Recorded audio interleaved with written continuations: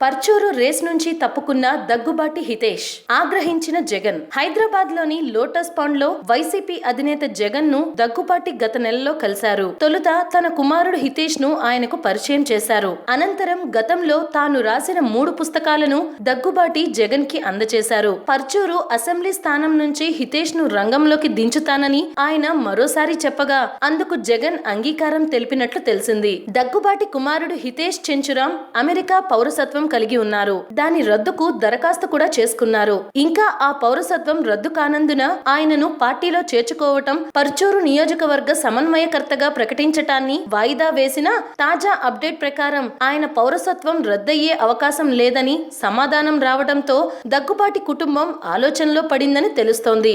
దీనితో ఆగ్రహించిన జగన్ ఇవన్నీ ముందు చూసుకోవాలి, 2 వారాల్లో పౌరసత్వం రద్దు అవుతుందని చెప్పి ఇప్పుడేంటి అని అన్నట్లుగా నియోజకవర్గంలో ప్రచారం జోరుగా సాగుతోంది. 2 రోజుల్లో మీ నిర్ణయం చెప్పండి, లేకుంటే వేరే అభ్యర్థిని ప్రకటిస్తా అని ఇప్పటికే రేసులో ఉన్న మన్నం వెంకటరమణను తెరపైకి తెచ్చినట్లు తెలుస్తోంది. జగన్ ఆగ్రహం వ్యక్తం చేయటంతో చిన్నబుచ్చుకున్న దగ్గుబాటి తప్పని పరిస్థితుల్లో తానే బరిలో దిగుతానని చెప్పారని తెలుస్తోంది. ఇదిలా ఉంటే టీడీపీలో 1995లో సంభవించిన వివిధ పరిణామాల అనంతరం 6-7 సార్లు దగ్గుబాటి పార్టీలు మారారు. 1999 ఎన్నికల సమయం నుంచి క్రియాశీల రాజకీయాలకు దూరంగా ఉన్న ఆయన 2004 ఎన్నికల సమయంలో తన సతీమణి పురంధేశ్వరితో కలిసి కాంగ్రెస్ లో చేరారు. 10 ఏళ్ల పాటు ఇద్దరు కాంగ్రెస్ లో కొనసాగారు. 2014 తర్వాత పురంధేశ్వరి బీజేపీలో చేరగా వెంకటేశ్వరరావు క్రియాశీల రాజకీయాలకు దూరంగా ఉన్నారు. తిరిగి 5 ఏళ్ల తర్వాత క్రియాశీల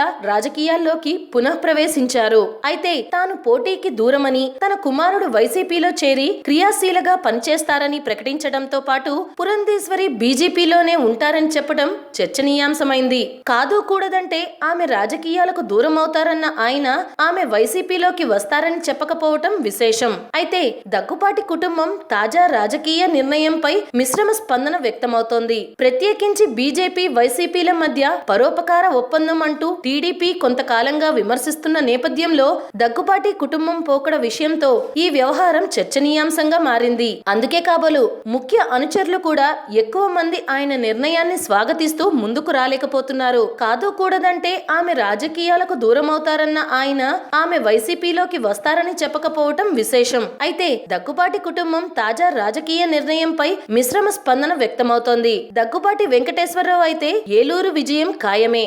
హాయ్ ఫ్రెండ్స్, మా టుడే టుమారో యూట్యూబ్ ఛానల్ చూస్తున్నందుకు చాలా థ్యాంక్స్.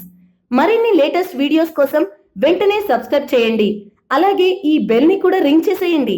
మా నోటిఫికేషన్స్ అన్ని మీ మొబైల్లో వస్తాయి. అలాగే మా వీడియోస్ మీకు నచ్చితే లైక్ చేయండి, షేర్ చేయండి, నచ్చకపోతే కామెంట్ చేయండి.